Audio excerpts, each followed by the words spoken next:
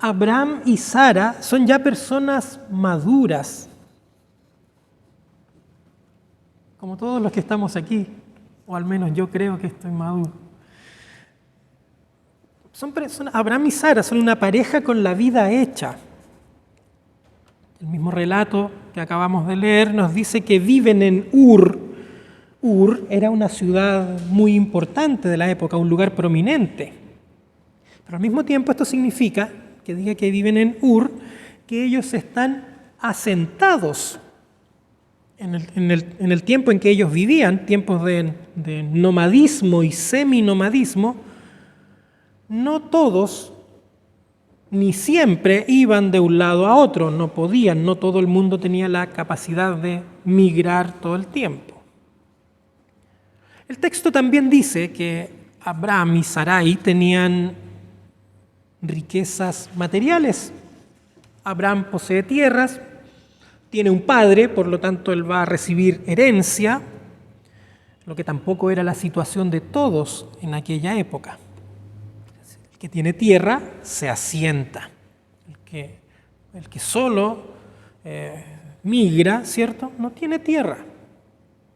En resumen, Abraham y Sarai gozan de un grado de estabilidad poco frecuente para los hombres y mujeres de su tiempo. Pero algo faltaba, algo les faltaba, al igual que a los discípulos del Evangelio. Algo les faltaba, como a usted y como a mí. Tanto Abraham como los discípulos de Jesús representan a toda la humanidad caída en el Edén, a toda la humanidad necesitada de Dios. También a usted, también a mí. Y Dios, que nunca deja solo al ser humano en sus necesidades, Dios que nunca se queda mirando impasible cómo el mundo transcurre, cómo el ser humano vive, Dios toma la iniciativa con Abraham. Toma la iniciativa para salvar a la humanidad. Dios escoge a Abraham para hacerle un llamado muy especial. ¿Qué implica este llamado? Al menos dos aspectos. Primero, deja a tu padre, deja a tu tierra, deja.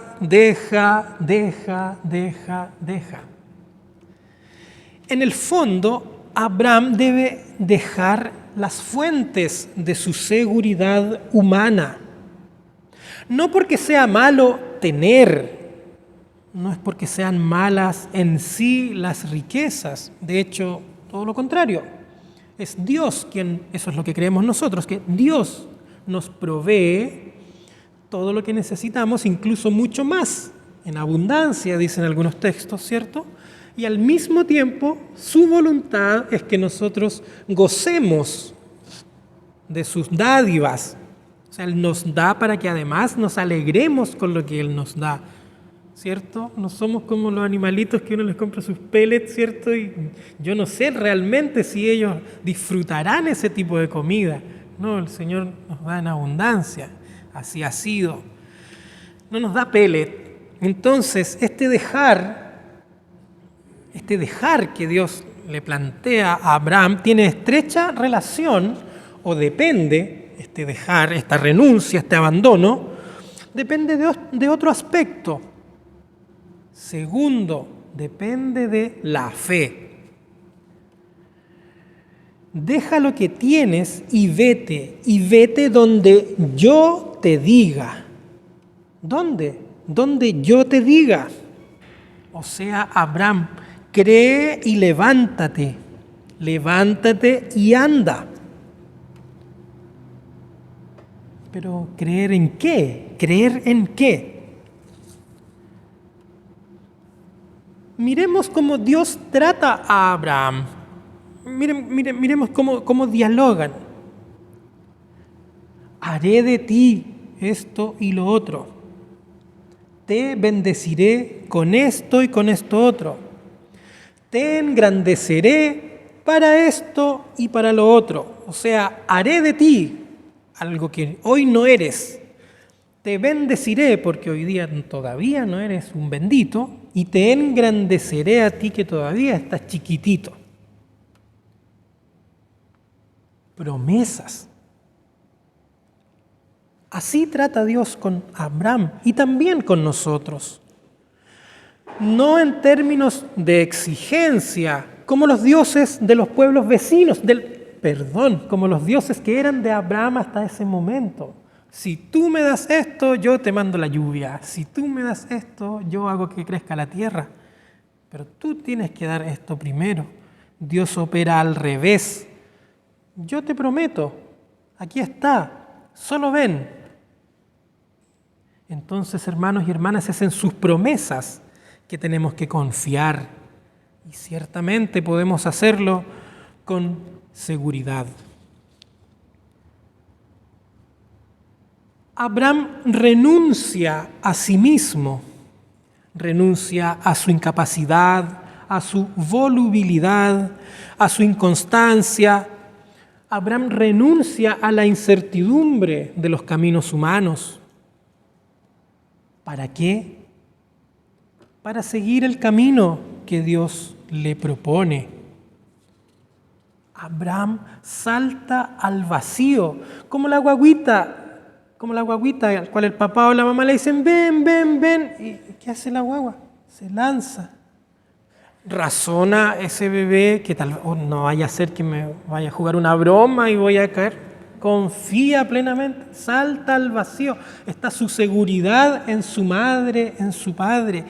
Es lo que hace Abraham y es por lo que él se transforma en amigo de Dios y en ejemplo de la fe. Entonces, hermanos y hermanas, este es el centro del llamado de Dios, del llamado a Abraham, del llamado a los discípulos, del llamado a ti, a mí y también a nosotros como comunidad. En el origen de esta comunidad tenemos el fenómeno no una vez, sino más de una vez, ¿cierto?, de la inmigración.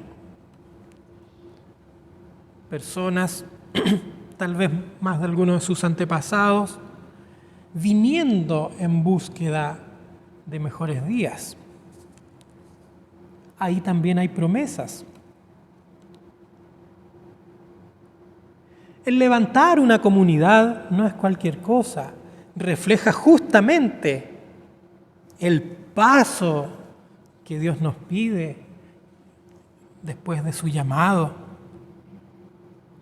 No es algo menor. Podríamos decir que muchos hombres y mujeres a través de estos ya 135 años, con todos sus colores y grises, con todos sus altos y bajos, nos han legado una cama cómoda en la cual reposar nuestra cabecita de la fe. Nos han legado un grado de estabilidad tal vez en el cual desarrollarla y ahora es nuestro deber mantener la máquina funcionando. A lo cual yo me preguntaría si mis antepasados, si nuestros hermanos que nos antecedieron en esta comunidad dieron 1, 2, 3 y los pasos que fueron, ¿cuál es el paso que tengo que dar yo? Este es el centro del llamado de Dios, como ya dijimos, para Abraham, para los discípulos, para nosotros. Dios nos da algunas pistas. A veces nosotros creemos que estas cosas del llamado también son cronológicas, o sea, que suceden una vez y después se acaban. Es que esto ya fue, es que esto ya no puede volver a ser, que yo ya lo hice. o yo ya no estoy en edad para esto, no estoy en edad para esto otro. Yo creo que a lo mejor más de alguno de ustedes piensa eso, pero no, queridos hermanos y queridas hermanas. Siempre podemos dar un paso más. Y la clave en ese sentido está en lo que Dios quiere para mí hoy. ¿Y qué nos dice Dios? Deja lo que estás haciendo. Deja tus redes. ¿Para qué? Para ponerte en mis manos. En otras palabras, deja que te muestre hacia dónde está lo que te conviene. En otras palabras, seguir a Dios es dar la vuelta a la realidad. ¿Hacia qué realidad? Hacia la realidad de la propuesta de Dios. Vuelta que es justamente nuestra mayor seguridad. Pues no hay un lugar más seguro que las manos, que el camino de Dios. Muchas veces nos autoengañamos y seguimos nuestros propios caminos y seguridades, dudando, y ciertamente lo podemos hacer, pero cuando dudamos debemos buscar a sí mismos las respuestas en Dios. Si todos aceptáramos esto, ¿no creen que el mundo sería un mejor lugar?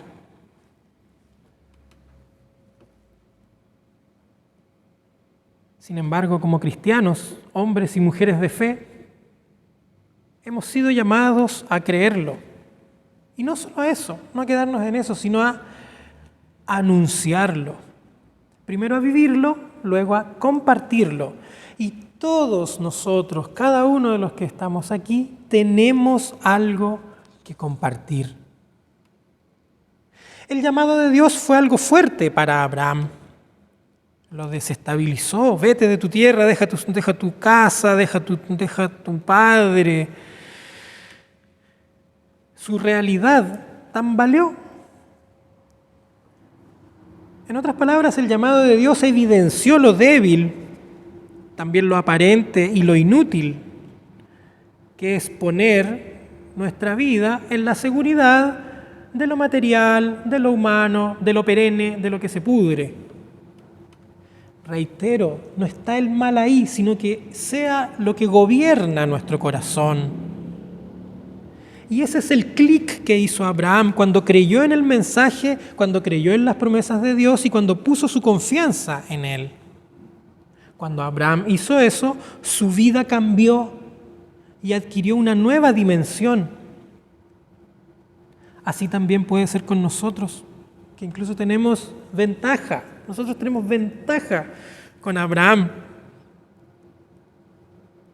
Ustedes ya son personas de fe. Ustedes ya son personas de fe firme, o quizás de una fe que sufre altibajos, o más bajos que altos. No es lo relevante, pues en todos los casos, el llamado de Dios permanece. Y Dios quiere que usted y que yo lo atendamos. Que todo mi ser, que el porvenir esté en tus manos, Señor. Haz lo que quieras, Señor, de mí. Yo confío en ti, pues no hay mejor destino que el que tú me propones. Puede ser mi oración. No obstante, hermanos, llega el momento en que nuestras oraciones deben encarnarse. Pedimos a Dios y Él nos responde. Luego hay que actuar. Y como Abraham, renunciar a lo que se interpone entre Él y yo. Renunciar a lo que pelea con Dios por gobernar mi corazón. Renunciar a lo que ahoga la fe. Renunciar a todo eso y seguirle en gozosa obediencia. Esto lo podemos hacer sin miedo.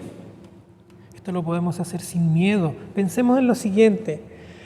La fe cristiana La fe cristiana es una realidad que en su plenitud abraza, envuelve toda nuestra existencia, toda, no solo lo espiritual, también lo psicoemocional, lo político, lo económico, hasta lo físico. Por tanto, se refleja en lo cotidiano. Y Jesús es el vivo ejemplo de ello. La fe cristiana es tan profunda que por lo mismo la superficialidad de las cosas, los vaivenes de los tiempos, los vaivenes de la contingencia, no son ni pueden ser causa de seguridad ni de inseguridad para mí que creo en Dios. Y tampoco mi propio esfuerzo puede ser el eje del porvenir. A veces con un poquito de frustración uno escucha predicaciones donde más que todo es una adulación no sé, por una parte al modelo económico X, por otra parte a la revolución de aquí y acá, como si en el ser humano estuviera nuestra vida, como si en lo que el ser humano pudiera hacer con sus luchas pudiera estar el porvenir. No, el porvenir está en despojarnos de lo que hoy ahoga nuestra fe y sin tener miedo de hacerlo. Despojarnos de eso que ahoga la fe o sacarle brillo para que brille como el primer día. Queridos hermanos y queridas hermanas, que nuestro punto de nueva partida no sea lo que vemos o sentimos, que nuestro punto de partida siempre sea lo que Dios ha prometido.